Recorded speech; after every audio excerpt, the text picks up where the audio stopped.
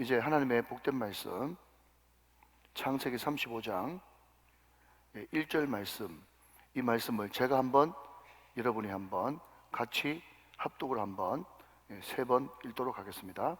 이 계시의 말씀을 합독하실 때 살아계신 하나님의 음성을 들을 수 있기를 원합니다.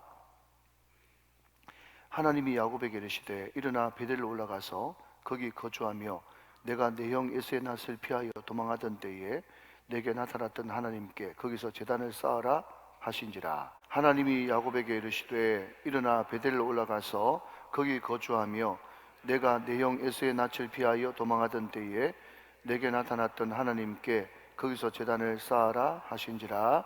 아멘, 아멘. 여러분, 탈무드에 보면 사람들의 머리에 방이 2개 있다, 그렇게 이야기합니다. 하나는 기억의 방이 있고 또 하나는 망각의 방이 있다, 그렇게 이야기해요. 탈무드 이야기입니다. 성경 이야기가 아니고. 그래서 보통 저와 여러분 같은 보통 사람들은요, 기억하고 싶은 것은 듣는 순간 기억의 방에 저장하고, 또 지우고 싶은 망각은 망각의 방에 던져버려서 잊어버린다는 것입니다. 근데 여러분도 동의하시겠지만 요즘에는 모든 게 다 복잡하잖아요. 마음도 복잡하고 생각도 복잡하고 세상도 복잡하기 때문에 이것이 혼선을 일으켜가지고 제일 좋은 것은 기억하고 싶은 것은 기억하고 망각하고 싶은 것은 망각하면 제일 좋을 텐데, 이게 에러가 나가지고 혼선이 빚어지는 바람에 우리가 기억해야 될 것은 기억 안 하고 또 잊어버리고 망각해야 될 그것은 기억해가지고 늘 그 잊고 싶은 상처, 아픔, 고통, 쓰라림, 배신, 이런 것들이 나를 늘 괴롭히는 그런 삶을 사는 사람들이 너무 많다 하는 것입니다. 여러분, 특별히 오늘 전반기를 마감하고 하반기를 힘있게 시작하는 맥주 감사주일인데요, 여러분, 어떤 교회를 우리가 평가할 때 그 교회가 정말 건강하고 행복하고 장래가 밝은 교회인가, 이것을 판가름하는 척도는 2가지입니다. 물론 여러 가지가 있겠지만은 가장 기본 중에 기본은요, 첫 번째가 그 교회가 어떤 사람이 오든 상관없이 사람을 존중해 주는가.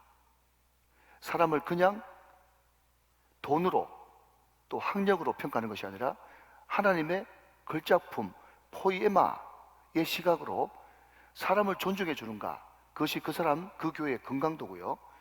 또 하나는 그 교회에 감사가 있는가, 이것이 그 교회의 건강도고 행복도입니다. 사랑하는 여러분, 우리 교회는 사람을 존중하는, 성도를 사랑하는 그런 교회가 될 수 있기를 바랍니다. 우리 교회는 감사가 늘 넘치는, 감사가 풍성한 교회가 되시기를 주님의 이름으로 축원합니다. 그런데 여러분, 그 감사라고 하는 것은요, 언제 그 감사가 올라오는가 하면 기억할 것을 기억하고 생각할 것을 생각할 때 감사가 넘친다는 거예요.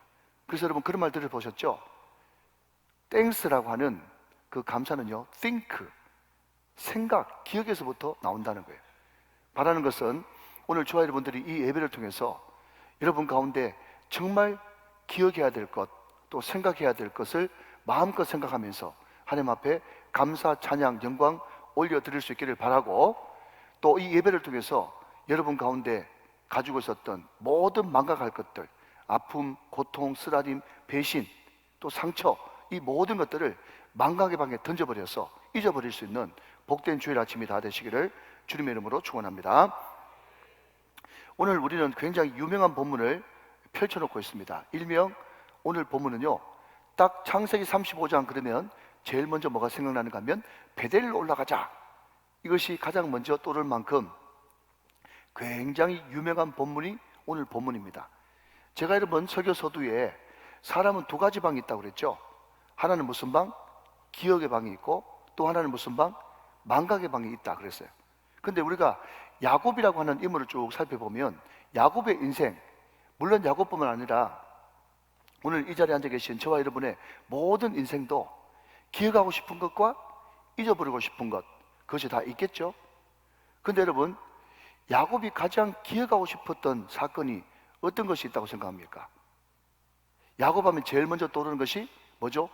팥죽 한 그릇에 장자권 산 이야기. 팥죽 한 그릇의 형 에서의 장자권과 축복권이 자기 것이 될 때만 해도 굉장히 야곱에게는 기억하고 싶은 좋은 추억이겠죠. 근데 엄밀하게 보면 그 팥죽 한 그릇 사건은 뭐죠?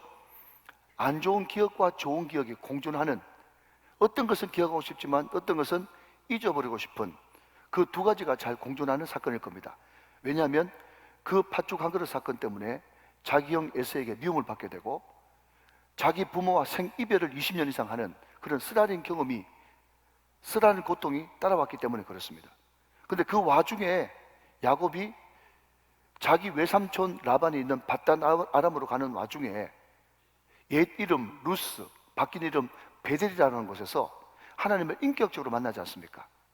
하나님이 사닥다리를 타고 내려오셔가지고 야곱을 사랑한다고 말씀하시고 내가 세상 끝날까지 너와 함께 하겠다고 하는 그 베델 사건, 이것이 야곱에게는 너무 기억에 남는, 기억하고 싶은 사건이겠죠. 한 걸음 더 나가서 여러분 창세기 32장으로 넘어가면 야곱하면 또 떠오르는 사건이 뭐죠? 야복 나루 사건 아닙니까? 야복 강가에서 하나님의 천사와 씨름하던 그날, 제가 새벽 기도 시간 때 말씀드렸지만 구약 성경에 하나님의 천사라고 하는 이름 붙여진 사람이 등장할 때는요, 그 사람이 누군가 하면 거의 99.9% 구약 시대부터 계셨던 예수님의 나타나심, 이것을 좀 어려운 말로 예수님의 현현, 나타날 현자를 써가지고 현현이라고 부르는데, 거의 구약의 하나님의 천사는 구약부터 계셨던 예수님이 나타나신 사건입니다. 아무튼 하나님이든 예수님이든 하나님의 천사든 상관없이 야곱은 하나님을 인격적으로 만나가지고 자기 이름이 야곱에서 이스라엘로 바뀌는 놀라운 경험을 하게 됩니다. 여러분, 야곱이라고 하는 이름의 뜻이 뭐죠? 도둑놈, 이런 뜻이에요. 또 이름의 뜻이 뭐죠? 남 발 뒤꿈치 잡는 사람, 약탈자. 굉장히 안 좋은 이름의 뜻입니다. 왜 아버지가 자기 아들을 넣어놓고 그런 이름을 지었는지 모르겠지만 아무튼 야곱의 뜻은 도둑놈이에요. 그런데 그 도둑놈이라고 하는 이름 야곱이 하나님을 깊이 만남으로써 하나님이 이름을 뭘로 바꿔주셨어요? 이스라엘로 바꿔주셨죠. 이스라엘 뜻이 뭡니까? 하나님과 겨루어 이겼다, 하나님이 함께 하시니 강하게 되었다, 이런 뜻의 이름이거든요. 너무 좋은 이름으로 바뀌어졌지 않습니까? 그러니까 야곱은 그 야복 나루 사건을 잊을 수가 없는 거죠. 그럼 반면에 야곱이 정말 잊어버리고 싶은, 망각하고 싶은 사건이, 어떤 사건이 등장합니까? 그 팥죽 한 그릇 사건 때문에 부모님과 생이별하는 20년, 그리고 자기 외삼촌 라반 집에 가가지고 정말 죽도록 고생했던 그 20년의 세월 잊어버리고 싶겠죠. 그리고 오늘 보면 바로 앞에 나오는 창세기 34장에 엄청난 일이 벌어졌죠. 두 사건이 벌어집니다. 연관된 사건인데요, 하나는 어떤 사건입니까? 자기 하나밖에 없는 딸 디나가 세겜 주장 아들에게 성폭행 당하는 사건, 정말 끔찍한 사건이 일어났죠. 그 사건 때문에 디나의 오빠, 바꿔 말하면 야곱의 아들 시몬과 레이가 하나님의 백성을 상징하는 거룩한 할례를 빌미로 삼아가지고 그 세겜의 한 족속을 완전히 몰살시켜버리는 엄청난 끔찍한 연쇄살인 사건이 벌어졌죠. 그 바람에 이제 그 세겜족하고 또 야곱의 가족들하고 피치 못하게 전쟁을 할 수밖에 없는, 죽든 살든 일촉즉발 풍전등화의 그 엄청난 어두운 사건, 그것이 야곱이 평생 죽을 때까지, 죽기 직전까지 잊고 싶은 그런 끔찍한 사건이었죠. 자, 그렇다면 여러분, 야곱이 지금 이런 엄청난 일을 오늘 보면 바로 앞에 목전에서 당했는데 옛 어른들 말에 원인 없는 결과가 없다고. 그러면 야곱에게 왜 이런 일이 일어나였는가 하는 것입니다. 자, 여러분 한 번 더 따라 하실까요? 세팅을 잘하자. 시작. 세팅을 잘하자. 여러분, 세팅을 잘하자, 그게 무슨 말이죠? 제가 방금 직전에 뭐라고 얘기했어요? 야곱에게 왜 이런 일이 벌어지는가? 야곱에게 그 일이 벌어졌다면 우리에게도 그런 일이 벌어질 수도 있다는 거예요. 저는 여러분 인생 가운데 그런 일이 절대로 벌어지지 않기를 간절히 원하지만, 그러나 그럼에도 불구하고, 우리가 예수를 믿음에도 불구하고, 하나님을 아버지라고 부름에도 불구하고, 예수님을 주님이라고 부름에도 불구하고, 우리에게도 얼마든지 그런 정말 지워버리고 싶은 그런 끔찍한 일이 일어날 수도 있다는 거예요.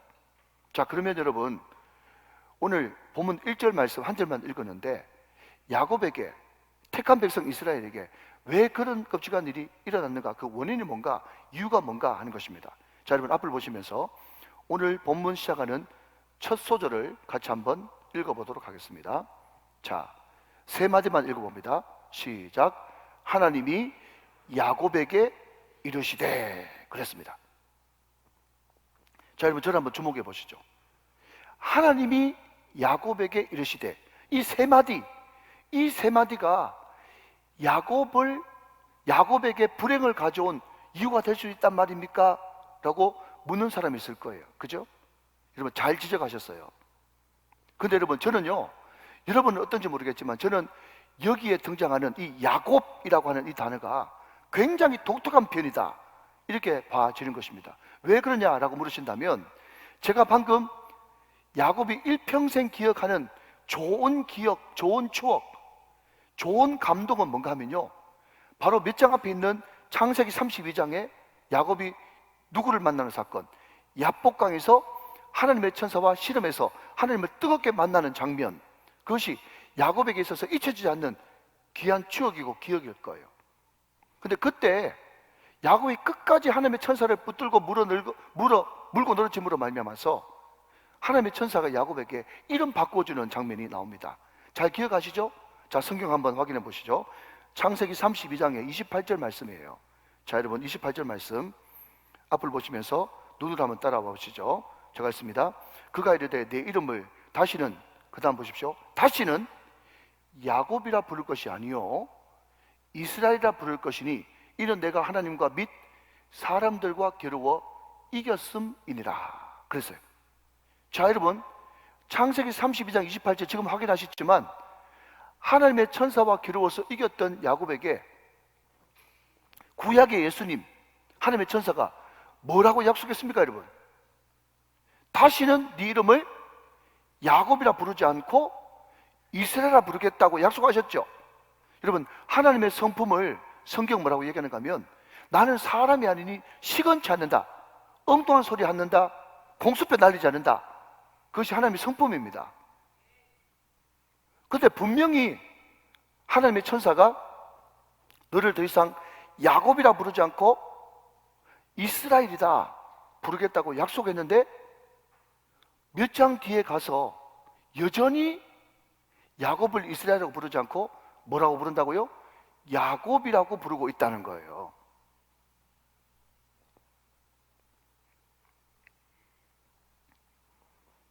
무슨 뜻일까요?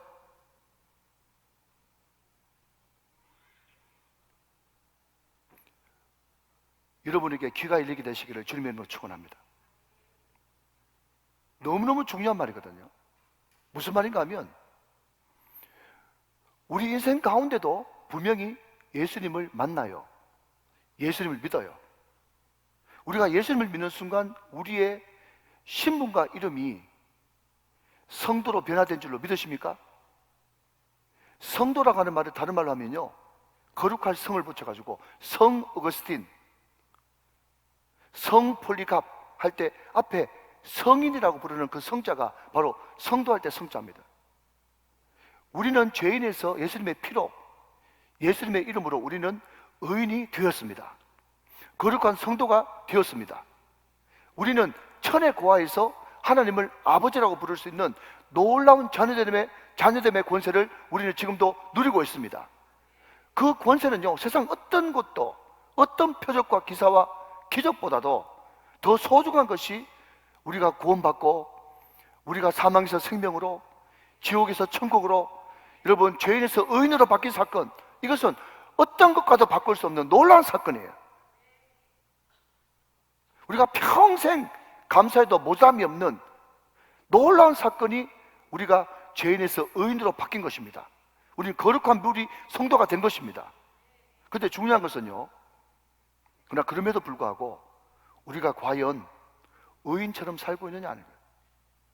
우리가 과연 성도답게 살고 있느냐 말이죠. 정말 하나님을 아버지라고 부르면서 무엇을 먹을까, 무엇을 마실까, 무엇을 입을까 염려하지 않으면서 하나님 아버지, 하나님을 아버지라고 부르는 이 자체만으로 충분히 족합니다. 할렐루야. 그렇게 우리가 만족하면서 기쁨과 평안과 만족 가운데 우리가 살아가고 있느냐 말이죠. 세상에 어떤 것도 부러워하지 않고 세상에 어떤 것도 두려워하지 않으면서 살아가고 있습니까? 이 질문을 던지는 거죠.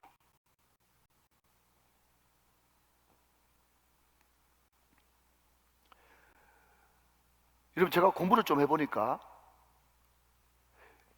창세기 32장에 야복나루 그 사건이 있은 이후에도 계속 야곱은 야곱, 도둑놈이라고 하는 이름을 가지고 살다가 드디어 창세기 37장쯤 가서 야곱의 이름이 이스라엘로 변하는 것을 보게 된다는 것입니다. 여러분, 저는 이 말씀을 묵상하면서 굉장히 은혜를 많이 받았거든요. 제 안에 있는 은혜가 여러분에게 흘러가게 되시기를 주님의 이름으로 축원합니다. 이게 무슨 뜻인가 하면요, 우리는 얼마든지 신분상으로는 이스라엘이고 우리는 하나님을 만나서 성도라고 하는, 하나님의 자녀라고 하는 엄청난 신분과 특권을 받았음에도 불구하고 우리의 삶은 여전히 과거를 벗어나지 못하는 야곱의 삶을 살아갈 수도 있다는 거예요.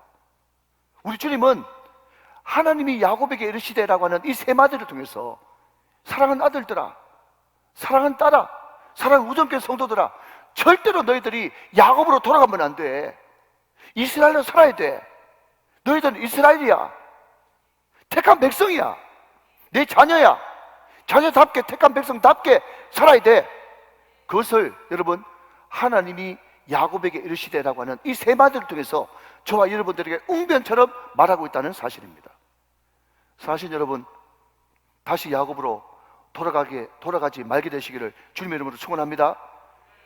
내 신분은, 내 직분은 목사고 내 신분은 여러분 성도인데 다시 여러분 삶이 옛날로 돌아간다면 하나님은 그 사람을 보고 성도라고 부르지 않고 자녀라고 부르지 않고 옛 이름 야곱으로 얼마든지 부를 수 있다는 것입니다. 오늘 이 말씀이 여러분들에게 큰 울림으로 다가오게 되시기를 주 예수 그리스도의 이름으로 축원합니다. 자, 또 하나는요, 세겜입니다. 세겜. 세겜이 여러분 무엇을 의미하는가 하면, 야곱이 자기 형에게 장자권을 빼앗고 이제 자기 외삼촌 라반의 집으로 도망쳐 가듯이 피난 겁니다. 그때 첫 번째 밤을 보냈던 곳이 창세기 28장의 베델이에요. 근데 그 베델이 옛날 이름은 루스라고 하는, 이 아몬드라고 하는 그 땅이죠. 루스 땅이죠. 그때 야곱이 돌베개를 베고 잠을 자는데 자기도 모르게 하나님을 만나고 세 가지 소원을 하게 됩니다. 첫 번째 소원이 뭔가 하면, 하나님이 다시 나를 여기로 돌아오게 하시면 하나님은 나의 하나님이 되실 겁니다. 그리고 내가 지금 돌로 쌓은 이 돌은 하나님의 집 베델이 될 것입니다. 그리고 내가 가진 모든 소유의 10분의 1을 주님 앞에 드릴 것입니다. 그 세 가지 소원을 하나님 앞에 드리죠.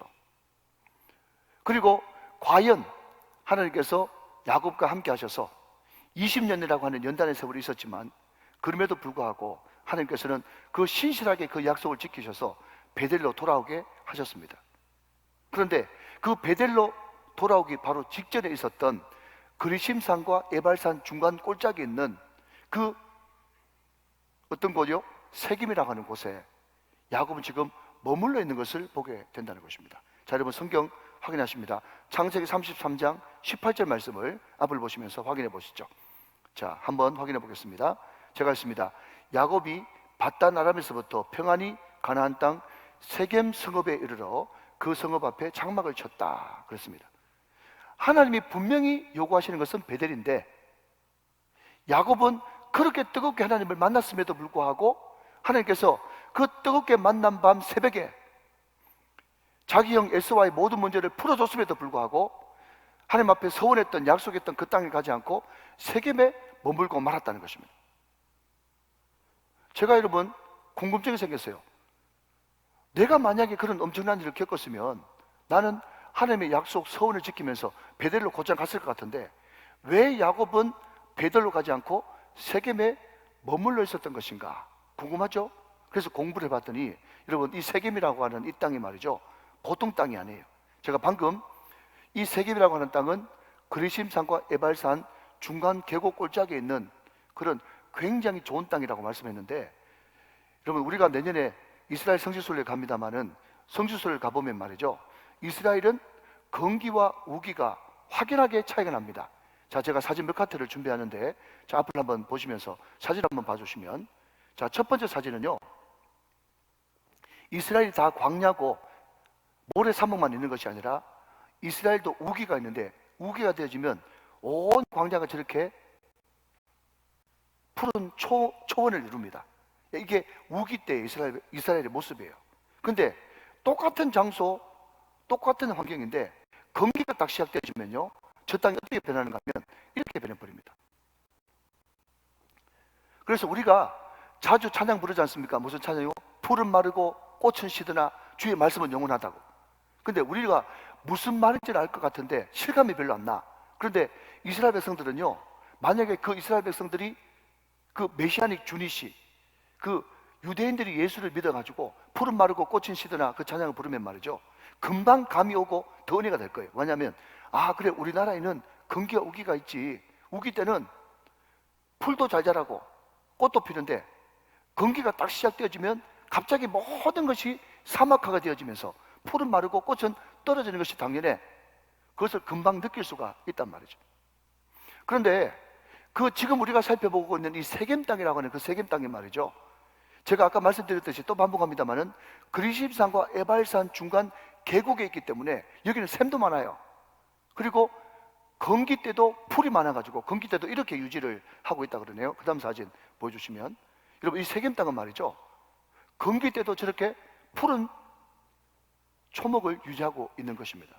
자, 그러니 야곱은 직업이 많은 사람이요, 양을 치는 목자입니다. 목동이에요.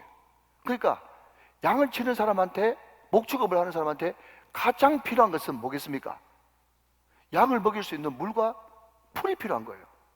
그러니까 하나님이 분명히 베델로 올라가라고 말씀하셨고, 나도 하나님께서 이 모든 문제를 해결해 주시고 다시 돌아오게 오시면 베델로 가겠다고 약속했음에도 불구하고 제코가 석자라 수많은 그런 딸린 목자들과 그 양들 때문에 베델로 올라가지 못하고 세겜에 머물러 살 수밖에 없었던 그 안타까움은 제가 충분히 이해하나, 중요한 것은 여러분, 그 세겜에서 어떤 일이 벌어진다고요? 자기 딸 디나가 성폭행을 당하고 자기 아들을 한 족속을 다 칼로 돌이켜버리는, 그것도 할례를 피게 되면서 끔찍한 집단살인이 일어나는 엄청난 일을 겪어야 만다 하는 것입니다. 여러분, 저와 여러분도 마찬가지라는 거죠. 제가 누누이 강조합니다만은 이 성경을 그냥 몇천 년 전 사건으로 묶어버리면요, 우리하고 아무 상관없어요. 근데 이 야곱의 사건은 곧 우리 사건입니다. 왜냐하면 야곱이 변해서 이스라엘이 됐거든요. 듣고 계시죠? 야곱이 변해서 이스라엘이 되는데 이스라엘은 곧 무엇을 상징하는 겁니까? 택한 백성, 저와 여러분의 시조가 이스라엘인 거예요. 그러니까 이 야곱의 이야기는 우리 이야기가 될 수 있다는 거죠. 그렇다면 여러분, 우리가 세겜이라고 하는 이 장소에서 우리가 뭘 발견하죠? 여러분, 우리가 있어야 될 곳은 바로 베델입니다. 그래서 하나님께서 1절 말씀을 다시 돌아가면 뭐라고 말씀합니까? 하나님이 야곱에게 이르시되, 그 다음 일어나 베델로 올라가서 거기 거주해야 된다 그랬어요. 여러분, 제가 룻기 설교하면서 거류, 거주, 이것은 한 글자 차이지만은 너무 딴판의 뜻을 가지고 있다고 그랬습니다. 거류는 뭡니까? 잠시 머물다가 떠나는 곳이 거류라고 하는 거죠. 거주는요, 거기에 완전히 눌러서 삶의 정착지로 그냥 안주하면서 사는, 영원히 살아야 될 곳이 거주라고 하는 단어를 쓴다고 그랬어요. 그런데 오늘 1절 말씀 보니까 하나님께서 베델에 거류하라 그랬어요? 거주하라 그랬어요? 거기서 거주하라. 네가 살 곳은 베델이야. 네가 있을 곳은 세겜이 아니고 베델이야. 아멘 할 때까지 네가 있을 곳은 세겜이 아니라 베델이야. 그 이야기를 하고 있다는 거죠. 여러분, 베델 무슨 뜻입니까? 베트는 집이고요, 엘은 하나님이에요. 합치면 뭐죠? 하나님의 집이에요. 아멘 하시기 바랍니다. 여러분, 우리가 있어야 될 곳은 하나님의 집이에요. 교회가 우리가 있어야 될 곳이에요. 그래서 구약의 많은 이스라엘 백성들이 항상 언약궤를 중심으로, 성막을 중심으로, 나중에는 성전을 중심으로 항상 나갔다가 다시 돌아오고, 나갔다가 다시 돌아오고, 다시 여러분 잠을 깨우겠어, 아멘 할 때까지 나갔다가 다시 돌아오고, 여러분 학교 갔다가 돌아오고, 여러분 일터 갔다가 돌아오고, 여러분 직장 갔다가 사업장에 갔다가 돌아오고, 여러분 모든 곳에서 나갔다가 돌아오는 것이 성전이 돼야 되고, 성막이 돼야 되고, 여러분 언약궤가 돼야 되고, 말씀이 돼야 되고. 그래서 야곱의 아버지였던 이삭이 창세기 26장에 보면 거기서 100배 축복을 얻었지만은 거기서 머물지 않고, 거기서부터, 거기가 어디죠? 100배 축복을 받은 거기서부터 하나님의 얼굴, 하나님의 우물이라고 하는 브엘세바로 올라갔더니 이삭이 교만해지지 않고 믿음의 족장으로 계속 그 사명을 이어갔고, 오늘 본문에 등장하는 여러분 야곱도 거기서부터 베델로 올라갔더니 모든 문제가 해결되어지고, 하나님께서 그 주변 사방에 두려움을 주심으로 야곱을 추격하는 자가 없었더라, 그렇게 말씀하고 있다는 거예요. 사랑하는 여러분, 저는 개인적으로 전통이란 말을 참 좋아합니다. 전통이 나쁜 뜻으로 이야기하자면 구차하고 오래된, 썩어 빠진, 이런 식으로 나쁘게 해석할 수도 있겠지만, 전통이라고 하는 말을 좋은 쪽으로 해석하면 역사적으로 검증됐다, 그것을 이야기합니다. 여러분, 제가 처음 신앙생활 할 때 제 모교회에 주보 천면에, 우리 모교회뿐만 아니라 그 당시에 모든 교회 주보 천면에 들어가는 개혁주의 사상은 하나님 중심, 말씀 중심, 교회 중심입니다. 지금도 마찬가지입니다. 저와 여러분들이, 여러분 성경을 다 알지 못해도, 그럼에도 불구하고 여러분 마음 중심, 제 마음 중심에 하나님 중심, 말씀 중심, 교회 중심이 딱 들어가 있으면 그 사람이 바로 베델 중심의 신앙생활을 하는 것이기 때문에 하나님께서 반드시 그 사람을 축복하시고, 오늘 창세기 34장에 나오는 세겜에서 벌어졌던 이 참혹하고 끔찍한 현실이 여러분 가운데 일어나지 않는 역사가 있을 줄로 믿으시기를 바랍니다.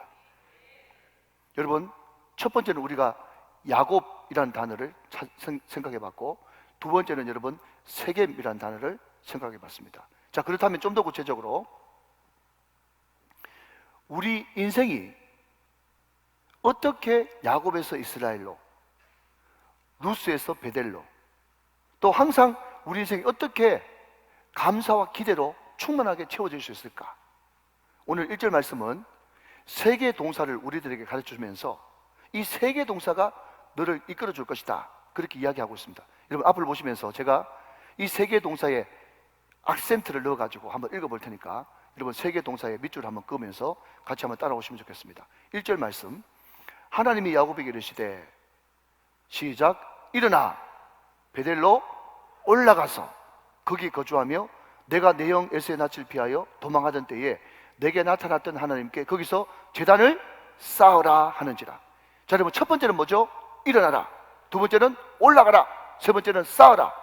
그런데 여러분 이미 시간이 다 돼가지고 설교를 더 이상 많이 할 수가 없어요. 그래서 오늘은 일어나라, 이것을 한 개만 딱 살펴보고 다음 주에 이어서 계속 뒷부분을 마무리하도록 그렇게 하겠습니다. 여러분, 일어나라, 이것이요 히브리 말로 먼저 하세요. 제가 여러 번 이야기했는데 쿰입니다. 근데 이것이 신약으로 넘어가면 우리 예수님께서 그때 당시, 예수님 당시 고대 근동의 표준이었던 아람어, 지금으로 따지자면 시리아어인데 말이죠, 그 아람어도 일어나라가 쿰이에요. 여러분 잘 들어보셨죠? 달리다 쿰, 소녀야 일어나라, 예, 쿰이 일어나라거든요. 그런데 여러분 쿰, 일어나라라고 하는 이 단어에 세 가지 의미가 있대요. 세 가지 의미가. 여러분 간단하게 살펴봅니다. 첫 번째는 뭔가 하면요, 이 쿰이라고 하는 이 단어 속에 나아간다, 전진한다, 이런 뜻이 있어요. 자, 여러분, 우리가 무조건 일어나야 됩니다, 그렇게 이야기하십시오. 우리가 앞으로 전진하고 나아가려고 그러면 먼저 뭘 해야 될까요? 일어나야 되죠. 일어나야 되죠. 그러니까 여러분, 일어나라, 그 속에 그냥 이런 뜻이 있다는 거예요. 나아간다, 전진한다. 그래서 사도 바울이 이렇게 이야기하지 않습니까? 빌립보서 3장 12절부터 14절 말씀 보니까 내가 이미 얻었다 함도 아니요 온전히 이루었다 함도 아니라 오직 내가 그리스도 예수께 잡힌 바 된 그것을 잡으려고 달려가노라. 13절 말씀, 형제들아, 나는 아직 내가 잡을 줄 느끼지 아니하고 오직 한 일, 즉 뒤에 있는 것을 잊어버리고 앞에 있는 것을 잡으려고. 14절 다 같이 시작. 표대를 향하여 그리스도 예수 안에서 하나님이 위에서 부르신 부름의 상을 위하여 달려가노라 그랬어요. 여러분, 바울은 자기의 성공을 위해서, 자기의 꿈과 야망을 위해서 달려가는 것이 아니라 하나님께서 나를 사로잡으신 그 복음을 위해서 표대를 향하여, 부르심의 상을 향하여 달려갔단 말이죠. 달려간다, 전진한다, 이게 일어나는 것이에요. 사랑하는 여러분, 우리의 신앙은 계속 전진해야 되는 것입니다. 아멘 좀 하시기 바랍니다. 어제보다 오늘이 더 좋고, 오늘보다 내일이 더 좋고, 작년보다 올해가 더 좋고, 여러분, 가면 갈수록 좋아지고 변화가 일어나야 되는 거예요. 변화가 신앙생활인 것입니다. 아브라함에서 아브라함으로, 사라에서 사라로, 야곱에서 이스라엘로, 언제 아멘 할지, 루스에서 베델로, 베델에서 엘 베델로 계속 변화되고 전진하고 나가는 것이 바로 신앙생활의 핵심인 것입니다. 사랑하는 여러분, 우리의 신앙이 야곱에서 이스라엘로 변화되어지고 날마다 감사와 기도로 충만하기 위해서는 머물러 있지 말고 계속해서 나아가고 전진하시는 복된 2023년 하반기가 다 되시기를 주 예수 그리스도의 이름으로 축원합니다. 축복합니다. 자, 여러분, 둘째로 일어나라 쿰의 두 번째 뜻은 뭔가 하면요, 바로 어디서부터 떠난다, 이런 뜻이에요. 떠난다. 자, 여러분, 어디서부터 떠나려고 그러면 뭐 해야 되죠? 일어나야 되는 거예요. 여러분, 학교를 가려고 그래도, 직장 가려고 그래도, 하다못해 여러분 집안에 있는 화장실에 가려고 그래도 여러분 앉아서 이렇게 화장실 가는 사람 있습니까? 무슨 말인지 알겠죠? 일어나야 어디를 향해서 가는 거예요. 마찬가지로 여러분, 우리가 야곱에서 이스라엘로 변화되는 그런 삶을 살기 위해서는요, 먼저 여러분 어디를 향해서 전진하고 나가기 전에 뭔가를 떠나야 되는 거예요. 근데 여러분, 참 안타까운 것은 야곱이 자기 할아버지가 아브라함이에요. 자기 아버지가 이삭이에요. 믿음의 족장이에요. 그럼에도 불구하고 이 야곱은, 또 야곱의 자기 식구들은 말이죠, 여전히 이런 모양새를 하고 있습니다. 이것을 모양이란 그러고 꼬라지라 그래요. 꼬라지. 자, 여러분, 야곱 집안의 꼬라지 한번 보실래요? 제가 여러분 2절 읽을 테니까 여러분이 4절 한번 읽어주시기 바랍니다. 자, 여러분 2절 봅니다. 야곱이 이에 자기 집안 사람과 자기와 함께한 모든 자에게 이르되 너희 중에 있는 이방 신상들을 버리고 자신을 정결하게 하고 너희들의 의복을 바꾸어 입어라. 4절 다 같이 한번 읽어보세요. 시작. 그들이 자기 손에 있는 모든 이방 신상들과 자기 귀에 있는 귀고리들을 야곱에게 주는지라. 야곱이 그것들을 세겜 근처 상수리 나무 아래에 묻었다 그랬어요. 자, 여러분 여기서 사진 하나 보십시다. 네, 이방 사진 한번 띄워주세요. 사진 있죠? 없습니까? 네, 이방 신상 사진. 예, 제가 말하다가 또 중간에 뜰 수도 있을 것 같아요. 여러분, 여기서 이야기하는 귀고리는요, 다 요즘으로 말하자면 부적 비슷한 것입니다. 예, 이게 나왔네요. 가나안시대 귀고리. 귀고리가 말이죠, 다 우상하고 관련되어 있어요. 근데 이것을 세상 사람들이 하는 것이 아니고 야곱의 가족들, 야곱의 한 집에 사는 사람들이 다 믿음의 족장 집안이라고 하면서도 저런 것들을 다 걸치고 있는 거예요. 이방 신상들을 다 가지고 있는 거예요. 그러니까 목사 집안에, 죄송하지만 불상 갖다 놓은 거랑 똑같은 거지. 있을 수 없는 일이 벌어진 거예요.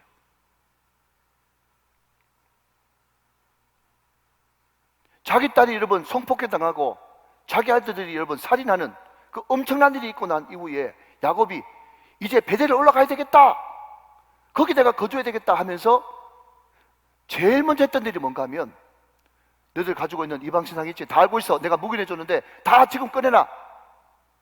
지금 깔끔하게 정리하고 가야 돼 하면서 그 모든 것들을 다 걷어가지고 어디에? 여러분 상수리 나무 아래에 다 묻고 다 정리하고 떠났다는 거예요. 여러분 이것이 바로 일어나라 라고 하는 단의 뜻입니다. 사랑하는 여러분, 주님보다 더 사랑하는 것을 정리하시기 바랍니다. 하나님과 나 사이에 막고 있는 이 모든 것들을 정리하셔야 돼요. 그래야만 여러분 우리가 베델에 올라가서 야곱이 이스라엘로 바뀌는 체험, 루스가 베델로 바뀌는 체험, 우리 인생이 완전히 감사와 기대로 가득 찬 삶으로 바뀌는 체험을 할 수가 있는 것입니다. 이것이 일어나라의 두 번째 뜻이에요. 마지막 세 번째 쿰은요, 일어나라의 세 번째 뜻은 전쟁을 위하여 준비하다, 이런 뜻을 가지고 있어요. 전쟁을 위해서 준비하다. 여러분 1분 안에 마치겠습니다. 여러분 우리가 지금 주일 예배를 드리고 있는데 이 주일 예배는 영적 재충전이기도 하고 영적인 쉼이기도 합니다. 맞습니다. 그러나 그럼에도 불구하고 좀 더 적극적으로 이야기한다면 이 예배를 통해서 우리는 월요일부터 토요일까지 어떻게 세상에 나가서 주 예수 그리스도의 이름으로, 우정교의 이름으로 승리할 수 있을까라고 하는 전쟁을 준비하는 시간이기도 합니다. 인정하시길 바랍니다. 여러분 참 희한한 것은요, 정원 있지 않습니까? 정원 있죠? 여러분 정원이 있다 그러면 그거 그냥 가만히 놔두면, 싹 정원 꾸며가지고 가만히 놔두면 그대로 있어야 되잖아요, 상식적으로 생각한다면. 그런데 정원 잔디 키워보신 분들은 알겠지만 일주일만 정리 안 하고 가만히 놔둬도 나중에는 완전히 잡초밭 됩니다. 그러니까 제가 금요일에도 말씀드렸지만 그냥 방치하는 것이 제일 안 좋은 거예요. 그래서 물론 이 주일 예배 시간이 영적 재충전의 시간이고 영적으로 쉬는 시간이 분명하지만 그럼에도 불구하고 마음 중심에는 정말 갈급함과 가난한 마음, 상한 심령을 가지고 절대 집중, 절대 기대, 절대 순종의 절박한 마음을 가지고 예배를 드려야만 우리가 일어나서 세상으로 박차고 나가 영적 전쟁에서 승리하는 삶을 살 수가 있는 것입니다. 자, 여러분 이제 말씀을 정리하겠습니다. 우리 사랑하는 중고등부 학생들과 우리 유초등부 학생들을 위해서 어느 권사님이 아이디어를 줘가지고, 목사님 말씀하신 거 혹시나 중등부 아이들이 중간에 깜빡 졸아서 놓친 거 있으면 PPT로 정리해주면 아이들이 굉장히 좋아할 거라고 해가지고 제가 PPT를 준비했어요. 자, 여러분 마지막으로 띄우고 마치도록 하겠습니다. 자, 여러분 오늘 말씀 요약입니다. 첫 번째가 뭐죠? 우리는 언제든지 이스라엘에서 야곱으로 돌아갈 수 있다. 두 번째는 뭐죠? 우리가 있어야 될 곳은 세상, 세김이 아니라 하나님의 집 베델이다. 아멘, 아멘. 그러면 우리가 야곱이 이스라엘이 되고 변화되는 삶을 살기 위해서는 우리가 일어나야 되는데, 일어나라 라고 하는 이 단어의 뜻이 뭐냐? 첫 번째, 주님만 바라보고 나아가야 된다, 전진해야 된다, 이런 뜻을 가지고 있다는 거예요. 자, 두 번째는 우리 중고등부 한번 읽어보세요. 시작. 네, 이게 일어난다는 뜻이에요. 세 번째는 우리 다 같이 우리 장년들과 함께 같이 읽읍시다. 세 번째 시작. 예배를 통해서 전쟁을 잘 준비해서 세상에서 승리해야 된다. 아멘.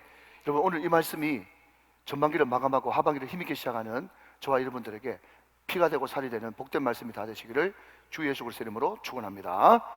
축복합니다.